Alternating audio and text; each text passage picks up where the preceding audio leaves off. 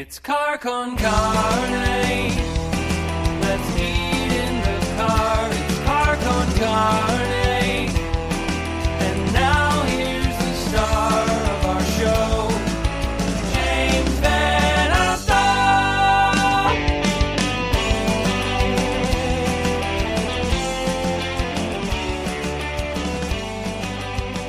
And this is Car Con Carne, still in quarantine. Quarantine Con Carne, sponsored by C&H Financial Services. As business owners are continuing to navigate through this new normal, C&H Financial Services is here to help. They offer a variety of products ranging from traditional merchant accounts to a zero-cost payment processing solution, which eliminates the expense associated with accepting Visa, MasterCard, Discover, and American Express as a form of customer payment. C&H Financial Services eTab solutions, easy to set up for your business for online ordering and curbside pickup. C&H also offers cost-effective commercial lending programs to help get your business the money it needs to make it through these unprecedented times. To learn more, contact C&H Financial Services at 855-600-2437 or go to chfs.us. Also, 72 hours from right now, as I'm doing this show live on Facebook on a Wednesday night, Pegboy celebrates their 30th anniversary with a drive-in show at Seatgeek Stadium in Bridgeview. 30 years of Pegboy. Local H, Jake Burns of Stiff Little Fingers and the Bollweevils are also on the bill.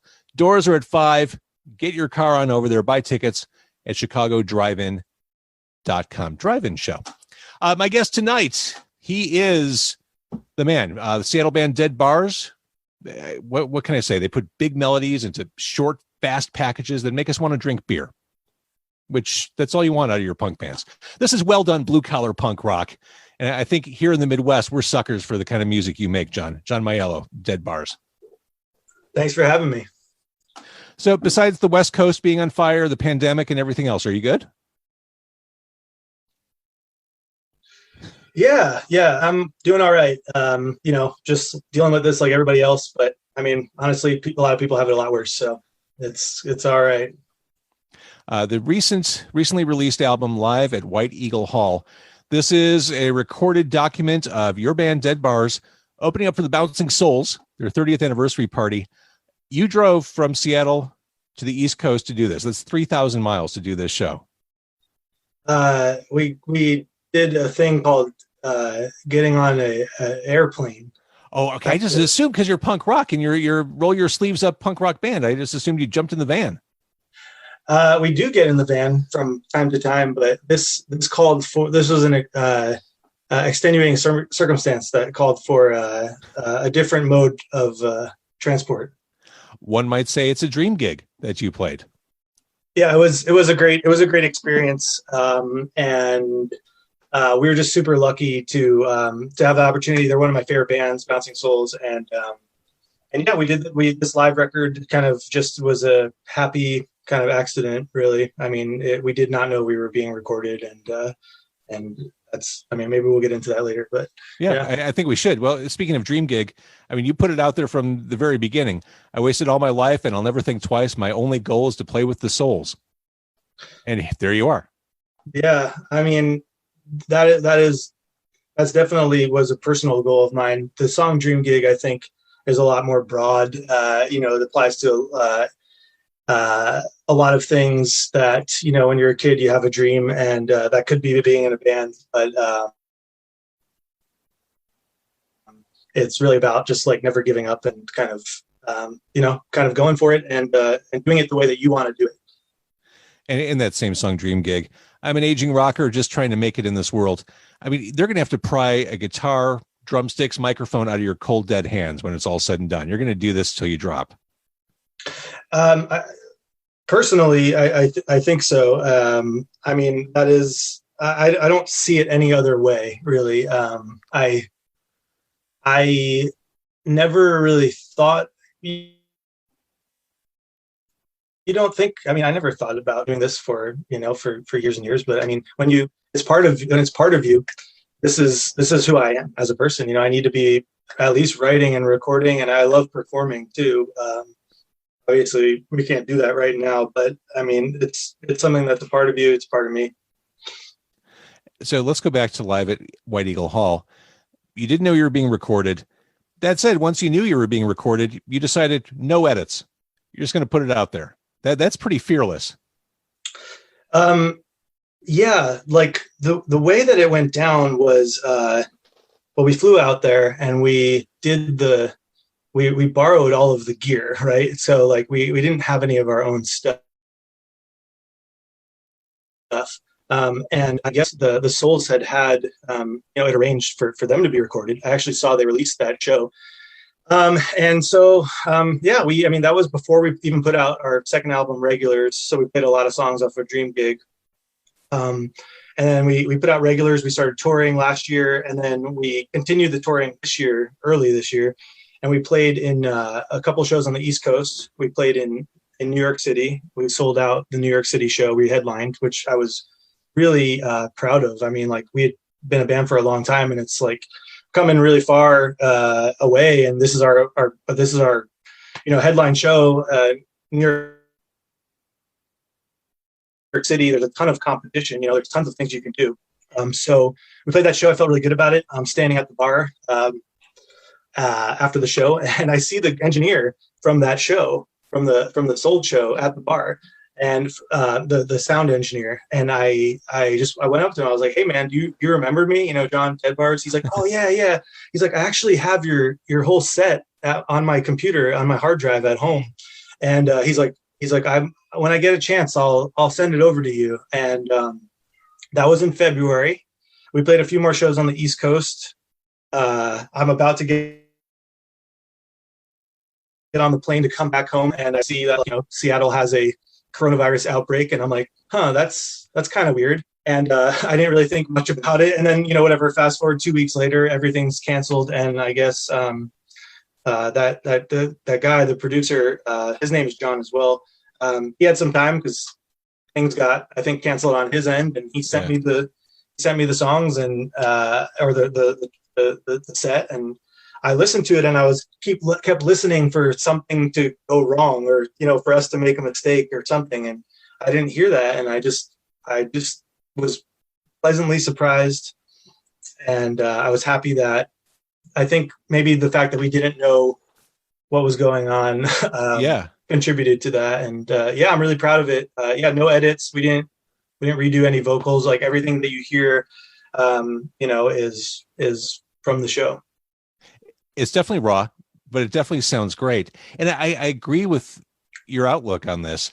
If you had started messing with it and playing around with it, you would have made it worse. You would have started overthinking it, and you would have taken it to a place you probably wouldn't want it to go. I think so. I think there's a magic.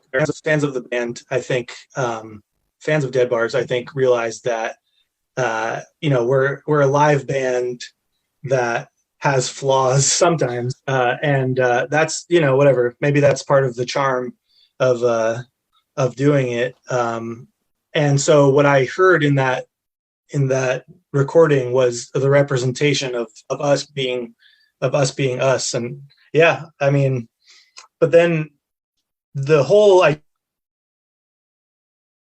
idea of releasing like a plan, I mean, like that led to us having a bunch of shows being canceled and thinking about what we could do and something interesting. And I really thought that since we're not going to be playing this year, this will be the year of a live record, so that's how it went down. That's perfect. And I said right at the onset when we started talking, this is a band that delivers big melodies. Emergency, the live version, if you don't sing along with this one, you're dead inside. I appreciate that. Love it. And earlier this year, you did a split single. You covered In Excess Don't Change. We did. I'm really happy with that cover. It's an amazing song. It's an amazing song. I totally agree with you. It's really good. There's literally nothing wrong with it. And I heard it, and I instantly heard the way that we could do it. And it was really our guitar player Elliot who was really driving the lead on that. He really wanted to do it. And we put out a single with the Raging Nathans from Dayton, Ohio, and we did an original and then the In Excess cover. And I mean, I don't think we never had a chance to play that live because that record came out in February, right? I think right when we got back from that East Coast trip. Of course. Of course. But it's funny listening to your version. It really did occur to me the tempo was perfect for a punk cover. It was always right there in that song. It sounds like a punk song. Yes. It really does. I mean, it like everything about that song, like the good way that the guitars interact. There's a lot of like octaves and stuff like that, which I think is pretty kind of characteristic of a punk rock sound. And obviously it sounds 80s too, with some of the drum sounds. But yeah, I mean, we didn't really change much. I think we took out the last verse because we didn't want to repeat another verse or something, but we just played it kind of how we learned it. It's a really fun song. It's a really good song. So you are a Seattle band, and with some bands, I feel like their geography, their home base is kind of incidental. Other bands, I think, tend to pull some mojo from their home cities. I feel like Seattle is part of who this band is. Yeah, it definitely is. I mean, I'm not a Seattle native. I wasn't born and raised here, but I've lived here for the last 10 years. And, right, you're Boston? Jersey originally. Jersey, okay. Yeah, but I mean, I moved here when I was pretty young, like I was 22, and I mean, I was absorbing everything right from the get-go about the scene here, and this band definitely could not have existed in a different place. I mean, maybe it would have, but it would have sounded completely different. There's a mixture of a lot of influences I had from when I was a kid, a lot of the pop punk stuff and some of the East Coast things, then a lot of the darker things that I kind of picked up and experienced here. So yeah, I do feel like we're pretty uniquely Seattle. So again, the live album, it's out now. It's live at White Eagle Hall. You can stream it. You can buy a hard copy, which is really, if you're a music fan, that's the way to go about this. And it is a live testament of a band firing on all cylinders. I love it. And in this day and age when we're missing live music so much, hell yes, it's the right album. Yeah. I think that when it became apparent that, kind of like live shows weren't going to be the same for a while. The idea that I had was just basically, and I said it, whatever, in when we released the record, it's just like, we're going to bring the live show to your turntable. When this whole thing went down early on, and there was the actual quarantine where people weren't supposed to go out, I did think that the live streams were pretty cool. I did a couple of them with an acoustic guitar, and I thought that was, people could look forward to that, and it was something fun and new. I do think that, especially for our band, that's not the road I want to go down. I don't want to continue playing, live streams on Facebook or whatever. Nothing against it, but it's just, it was, for me, I was happy to do that in the time and the place. And now you have the live record, check it out, listen to it, and we'll see you next year. Hopefully. There it is. So where do people get the record? So you can get it right now just on our website, deadbars.com. We only pressed 500. They're only black colored. There's no special color variant. So it's a very kind of limited pressing. And once they're gone, they're most likely gone. We're probably not going to do a repress. Me and my friend who lives in California, we put it out ourselves on our own kind of little startup label that we decided to do called Surfridge Records. And so, we just thought it would be great to put this out in the world, and then, kind of just have it be the 2020 kind of thing. It's just a reaction to the time that we're in. But yeah, deadbars.com. We're doing all the mail order ourselves, so give us a couple weeks to get it out to you. But yeah, it's been really, really, it's been pretty well received. I was really happy with the pre-order, and then since it's been out, a lot of people have been reaching out and really happy with it. So I love it. Thanks. All right, deadbars.com is where we go to see you. Thank you so much for doing this, John. Yeah, thank you.